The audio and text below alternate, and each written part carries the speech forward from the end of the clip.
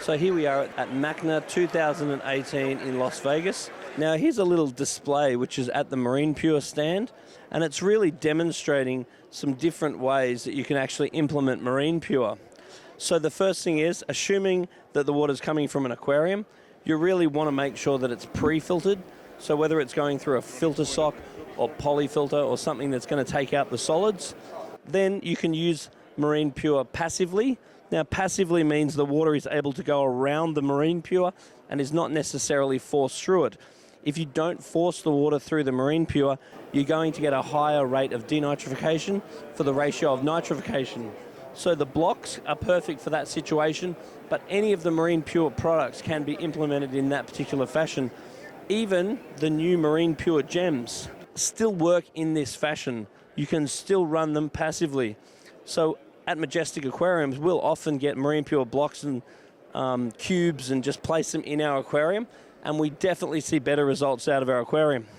Now we can also run the Marine Pure actively, and if we're running it actively, there's going to be more oxygen around the Marine Pure, and there's going to be a higher state of nitrification compared to denitrification. So if you're going to have a high fish stock, you're really going to want to run the Marine Pure actively. So you're forcing the water through it, so you're getting higher nitrification.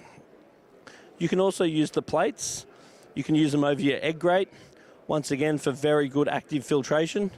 Many of your filters have got sleeves, and you can use the Marine Pure plates to slot into the sleeves. And the Marine Pure is very, very easy to cut. So if you just grab a hacksaw or any sort of saw, even a large knife will easily cut the Marine Pure. So the key is to make sure it's pre-filtered, and then to generally have a combination of passive and active application. And when you want to clean the media, it's really important that you're very gentle with it, because you don't want to be rough on it, or you can sort of chip it, because it is a very fine ceramic. And you don't want it in any application where it's rumbling around, because you will actually damage it. And when you clean it, you just want to gently shake it in a bit of water that you've removed from the fish tank. What you do not ever want to do with any Marine Pure is to run it under the hose, because the hose is going to have potentially chlorine and various things that may actually kill the good bacteria that's inside the Marine Pure. You also want to expect that when you first introduce Marine Pure to your aquarium, that it could take a good 3 weeks to establish the nitrification, which is the breakdown of the ammonia, nitrite and nitrate, and expect a good 3 months for the formation of the denitrification. That process really takes a lot longer, so you really need to be patient.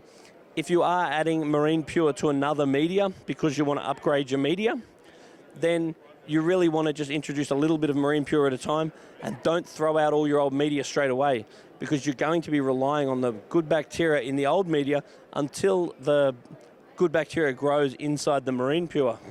And the last thing I'd be really cautious of is that there's so many fake Marine Pure products on the market at the moment, and really do your research. And you want to make sure that if a new Marine Pure copy comes out on the market, you need to give it a lot of time to see if it is effective. And Marine Pure do a lot of independent testing. So there's so many companies in the aquarium industry that just don't have access to the same sorts of R&D that Marine Pure did, which is a pre-GFC R&D budget in the waste management water system, not the aquarium industry. The aquarium industry collectively wouldn't have the sort of R&D budget that the massive companies of the waste management system have access to.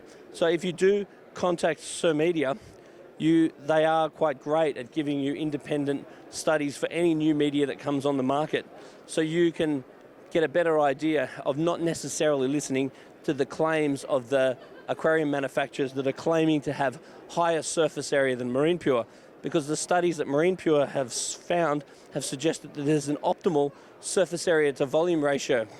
So if you go and claim that you've got a higher amount of surface area, that may very well reduce the efficiency of the media. So the aim is not to have the highest surface area. The aim is to have the perfect surface area to volume ratio. So this information is available, the Marine Pure company.